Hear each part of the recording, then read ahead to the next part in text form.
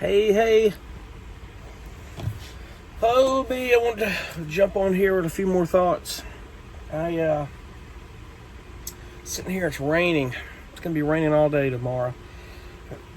It'll be nice Christmas Day and rest of the week, probably to the new year, which is good. It's nothing worse when it just rains nonstop. And it's the kind of weather that makes you just want to sit around and do nothing. I really just sit inside, and what I do is write music all day.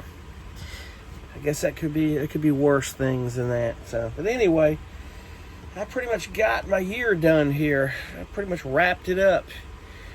I'd venture to say, I guess,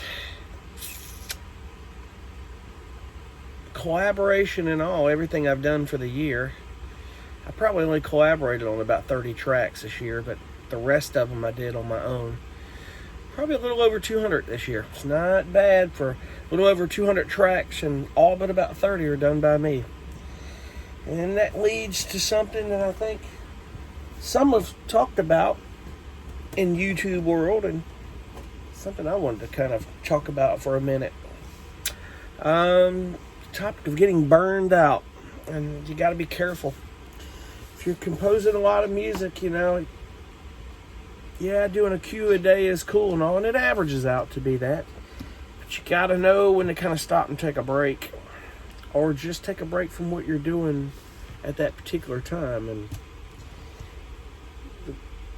it's pretty much what I'm doing this next week or two is just kind of stopping for a little bit. I've been going strong nonstop for a while, and there's nothing wrong with that. There's nothing wrong with it. They always say it's I guess it's a marathon, but not really a race. Not even really a marathon. It's just all about doing the right tracks for the right people and trying to find that volume to get it done. If you're putting them in the right places, it's going to get where it needs to be. Eventually, this stuff's going to be placed. That's part of all of the things I was talking about with researching those publishers. Take that time, man. Educate yourself on the publishers that you might want to work with. It's like anything in the world that you take the time and research heavily when you buy a house. You take a lot of time to research what kind of car you want to buy. The pros and the cons of it, What you're looking for in a publisher could probably be a little simpler, but you still need to think about your music and what that publisher's placing, and how your relationship could be with that publisher. It's not hard to really get a good, solid working relationship with these publishers. It's not hard at all. It's one of those things that if they see you doing the work, they're probably inclined to connect with you more, they're inclined to include you more into briefs and a lot of other things that is going on. And it depends on the publisher too. Not every publisher shoots briefs out.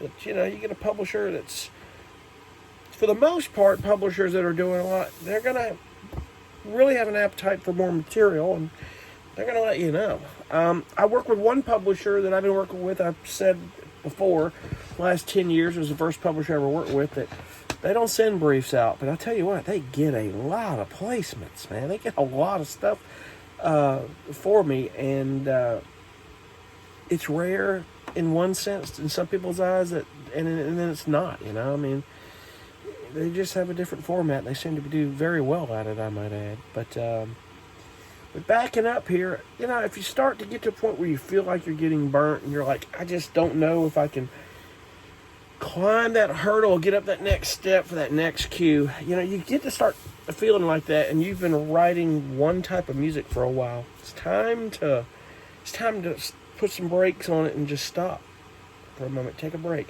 If it's a day or two, take a break and think. And what helps me a lot is I just stop for a day or two. I start listening to other music, different music. I start thinking. And most importantly, I start thinking about the goals I've set.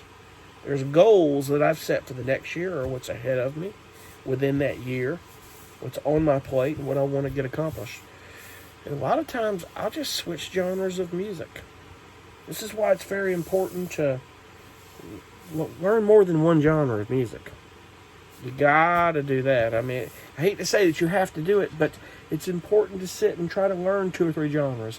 Don't spread yourself thin And again, do what you do the best, the most of. But sometimes you got to shift gears. And, if it gets down to it and it's just the music, period, stop and learn something new about a new piece of software, like a plugin or your DAW. Learn something new about that. Whatever DAW that you use, whether it be Logic Pro or Reason or Pro Tools. Sit down and learn stuff about the business, or just get on YouTube and just kind of explore, because there's a lot of opportunities. It may be a good time to sit down and start just looking at different publishers. I've spoken in the past about that directory. Get on that thing and just start surfing that directory and start looking around at these different publishers around the world. There's so many of them with so many opportunities, and it really is amazing. I haven't even scratched the surface of it. It would be very hard to do, but you just have to kind of look in that directory. It's a lot to ingest, and just kind of find the publishers that work best for you. Like I've said in the past, that there's a lot of publishers that work great for me, but that doesn't mean they're going to work well for you. Several factors at play being the type of music that you do, or your style of that type of music. I said that you and I might do the same type of music, the same genre. We do it in a different way. My publishers might not take yours, but someone else will. And if someone else that gets a lot of placements might be meeting those same shows or series or documentaries or opportunities that this other publisher that I'm working with are doing. There's a lot of that out there. You get 2 or 3, 4 publishers that are running the same clients. Probably more than that. Way more than that. But, just stop and just kind of...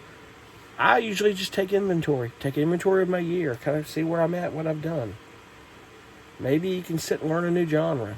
It might be a good time to sit and just find someone else to collaborate with. I tell you, another thing that helps me is if I'm kind of getting burned out. I've learned recently, and it's been hard, I've said before, so hard for me to collaborate, kind of let go and just bring someone else in the mix. But collaborating with other people has really inspired me, because if they send you something to finish or work on, it's something new, it's something fresh, and it's inspiring you, it's giving you ideas.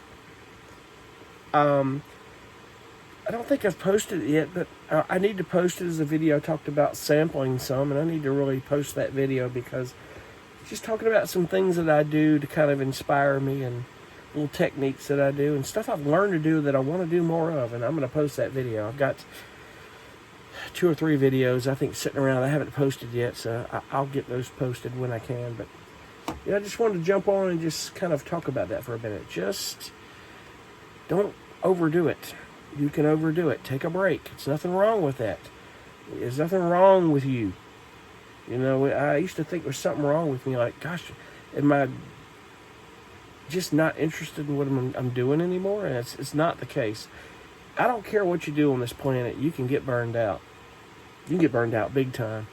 And you got to just stop and think and take an assessment of everything. Like some of the reasons I just stated to you is just, kind of either look at some other genres or some other people to collaborate with. There's a lot of forums out there of people, and if there's someone you don't know you want to collaborate with, just be very careful, and if they send you stuff, screen that stuff. I talked about putting that stuff on Shazam and running it through there 6 to 7 to 8 times, making sure that it, stuff doesn't come up there. You got to kind of be careful with that. Be very careful with it. And just make sure, if you don't find anything, chances are you should be okay, hopefully. But if you're sitting in the same room with them, you have nothing to worry about, because the 2 of you are sitting there doing the work, so it should never be a problem. But anyway, that's a little side note. Just wanted to get on here and talk a moment on that. And hopefully the weather will get better for me here. I know it will. And hopefully you guys will have a really good holiday season. And looking forward to a good 2020 coming up. I've set my goals for 2020, and you should too. And I'm telling you, that's another thing that's important. Set your goals. Sit down and set goals of the types of music you want to do, how many tracks you want to do, how much of each genre that you want to do, and maybe what publishers, goals you want to sign with. I signed 2 publishing contracts this year. It's not bad. And I knew I signed one, I accomplished my goal. The other was collaborating with someone else that I got a contract out of it and didn't realize that it was an opportunity emailed presented to me. So hey, I got on board and we did it. So I mean, it's always achievable. Don't think it isn't. Until the next, we'll talk to you then.